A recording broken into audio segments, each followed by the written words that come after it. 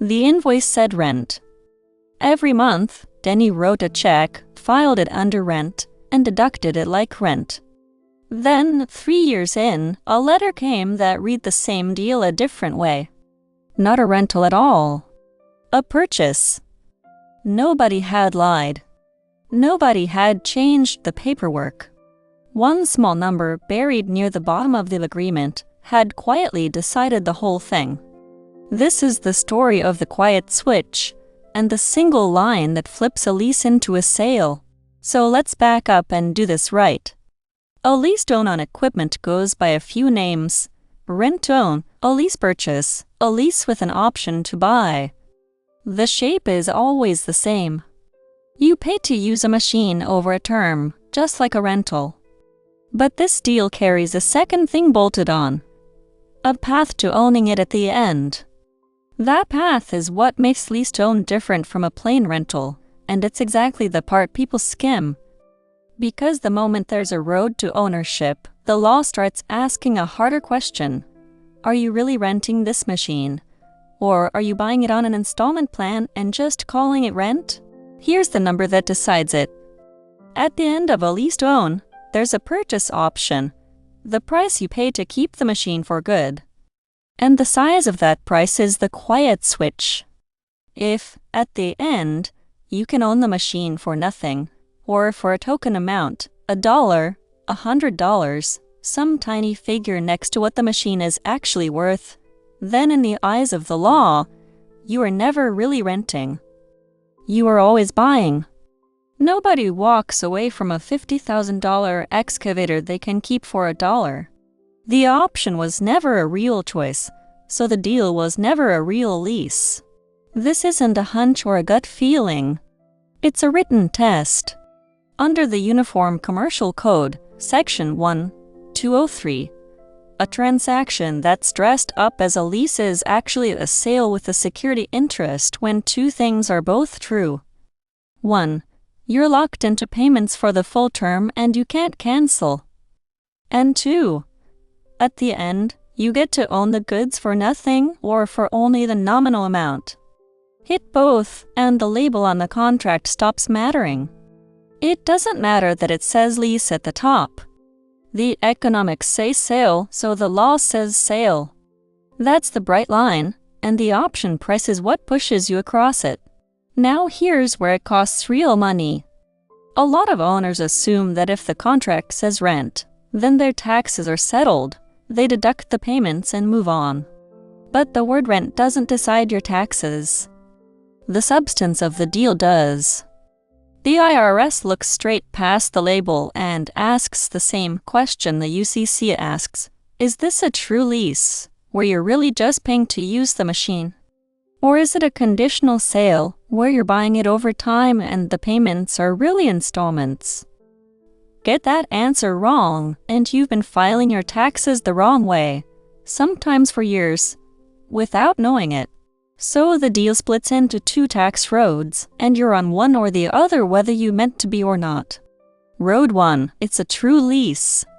Then your payments are rent, a straightforward business expense. On a Schedule C, that's line 20A, rent or lease of vehicles and equipment. Simple, deductible, done each year. Road 2, it's really a purchase. Now you don't get to deduct the payments as rent at all. Instead, you're treated as the owner from the start. You recover the cost through depreciation over time, or you may take it up front under Section 179, which is written for property you acquired by purchase. Same machine, same checks, completely different tax return. And the option price is the switch that decides which road you are on. While the lease is running, one question matters more than people think. Whose machine is it right now? In a true lease, the answer's clean. Ray, the owner, keeps title the whole time. Denny just has the right to use it. If it's stolen or burns up, that's the owner's asset, and that's why the insurance and the risk of loss clause need to say so plainly. But in a disguised sale, title is doing something sneakier. On paper, the owner still holds it, but the law treats that retained title as a security interest, the same kind of claim a bank has when it finances a truck. The owner isn't really the owner anymore. He's a lender holding collateral until you finish paying. Here's the part that makes lease-to-own feel so good while it's going well. In many of these deals, a slice of every payment is set aside as a credit toward the purchase. Rent credits, they're often called.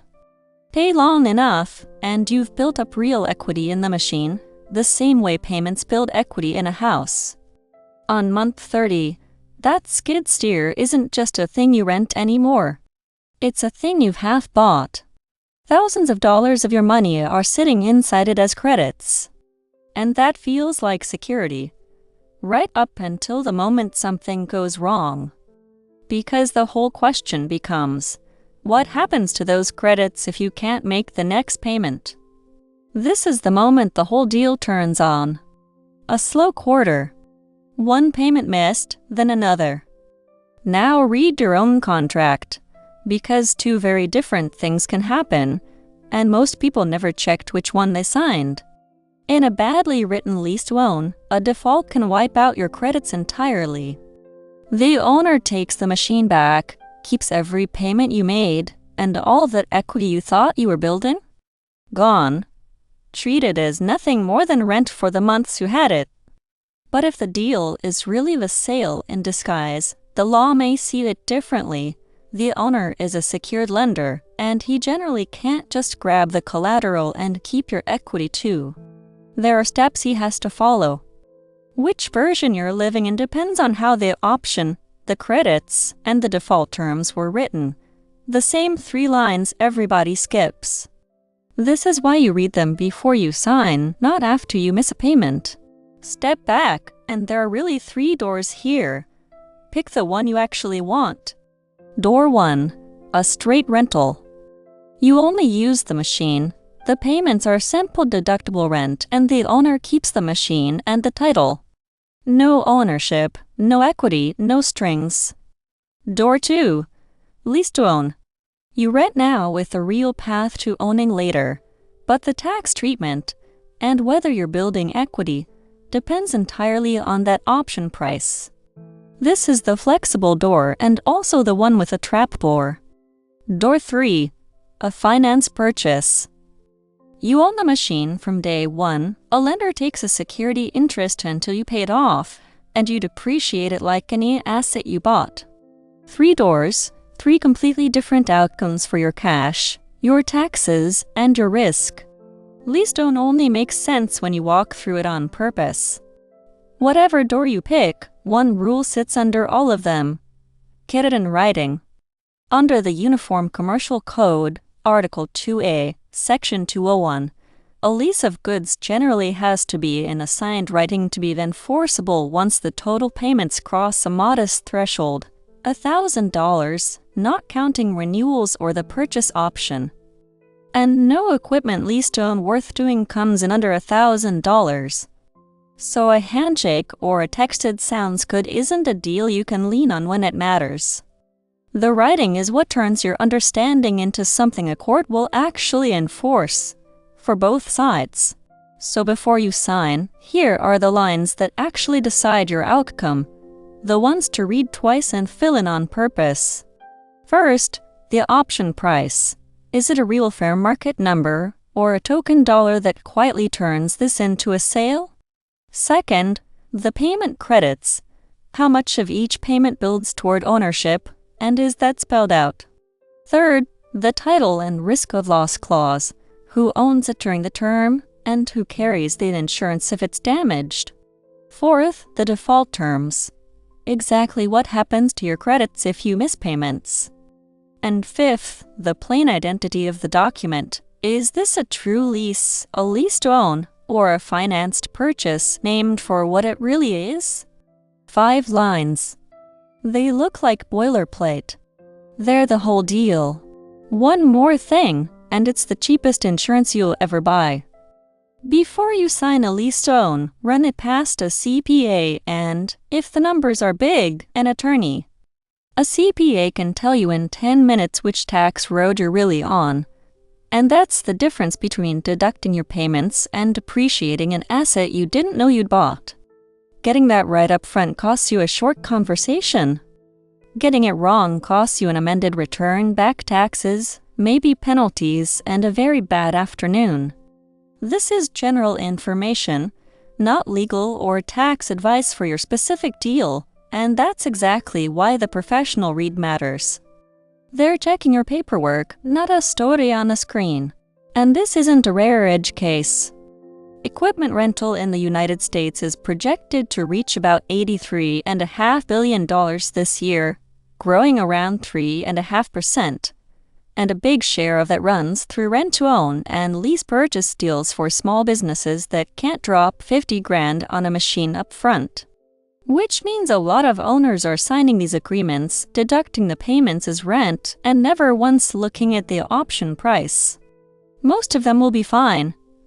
But the ones who aren't won't find out until a slow season or a letter in the mail. And by then, the quiet switch has already flipped.